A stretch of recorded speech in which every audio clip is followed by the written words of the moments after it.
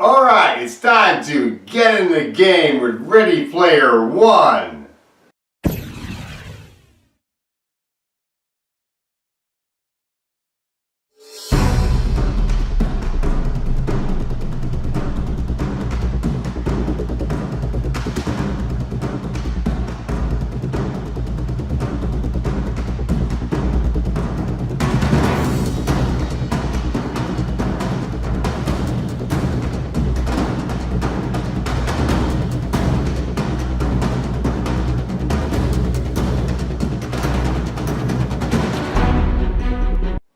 Ready Player One, directed by Steven Spielberg, starring Ty Sheridan, Olivia Cooke, Ben Mendelsohn, and Mark Rylance, as well as a bunch of other actors. This movie is a new blockbuster, directed by Steven Spielberg and written by the man who wrote the book, Ernest Cline. As well, you got some other screenplay writers working on the screenplay for this movie. The movie is set in the future. That is a dystopian world. It is very poor. The real world in this movie is so unlikable and unsettling that people go into this fake world called the Oasis to play video games. This is a video game world that was made up by a man named Halliday, played by Mark Rylance.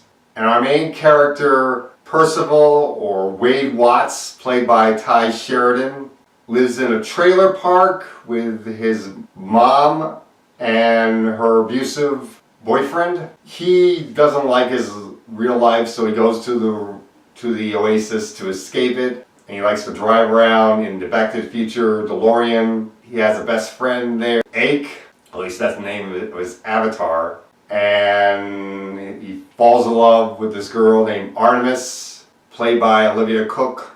And what happens within this movie is Halliday has died, the man who created the Oasis, and he has left behind 3 challenges that have to be completed in order to win an Easter egg. And if you win the Easter egg, you get control of the Oasis. So Percival, Wade Watts, is trying to complete these challenges along with the help of Artemis, Ake, and you have the villain Sorrento, played by Ben Mendelsohn, who's also trying to complete the challenges so he can control the Oasis for his own personal gain, since he's a corporate villain. And he has the help of T.J. Miller's character, who is this, you only see his avatar. The avatar has a skull for a chest. You got all these different iconic things within the Oasis, like you have the Iron Giant, the DeLorean from Back to the Future, you got all this other stuff which I don't want to spoil because it is so much better when you go into the movie and it's a surprise unless you've seen it in the trailers. And the movie is really good. I really like this movie. Ty Sheridan is great in the movie. Olivia Cooke is really good in the film as well. I did like the person who plays Ake. I thought that person was very good in the movie too. Mark Rylance was great as Halliday. Simon Pegg is in the movie. He's really good. Ben Mendelsohn, I thought, was a very good villain, even though his villain is very cliche, a very cliche corporate villain. It fits the tone of this movie because this movie is a love letter to the 80s, the 90s, and 2000s. A love letter to nostalgia. So a cliche corporate villain fits this movie. I mean, if you were looking for a villain that's as great as Heath Ledger's Joker, that's not the kind of villain you're going to get for this movie, but the villain you get works for this movie. All the other characters are really good in this film. The references that are shown within this movie, the Iron Giant, the DeLorean from Back to the Future, and all the other stuff are great. The challenges that our characters have to go through are done very well.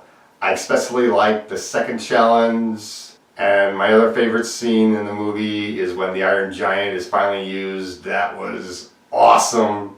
This whole movie is very good. But let's get to the flaws of the movie, because the movie's not perfect. First off, our lead character, Percival, could have been better. He could have been better developed. I mean, the supporting cast, like Artemis and Ake, they are more interesting characters. I almost wish that Artemis was the main character more so than Wade Watts was. Then you have the villain. The villain, you could say, is weak, but as I've said before, the villain fits this movie. This movie is a love letter to nostalgia, so having a cliche corporate villain fits the movie. It would have been nice to know a little bit more about the real world, to know about how this world became the way it was, and why do a better job trying to fix the problems within this world. But I really like this movie. This is a really good movie. The movie is definitely worth the 3D experience. I didn't get to see this in IMAX, but I definitely think that if you were to see it in IMAX, it would be worth the experience. So I'm going to give this movie a B+.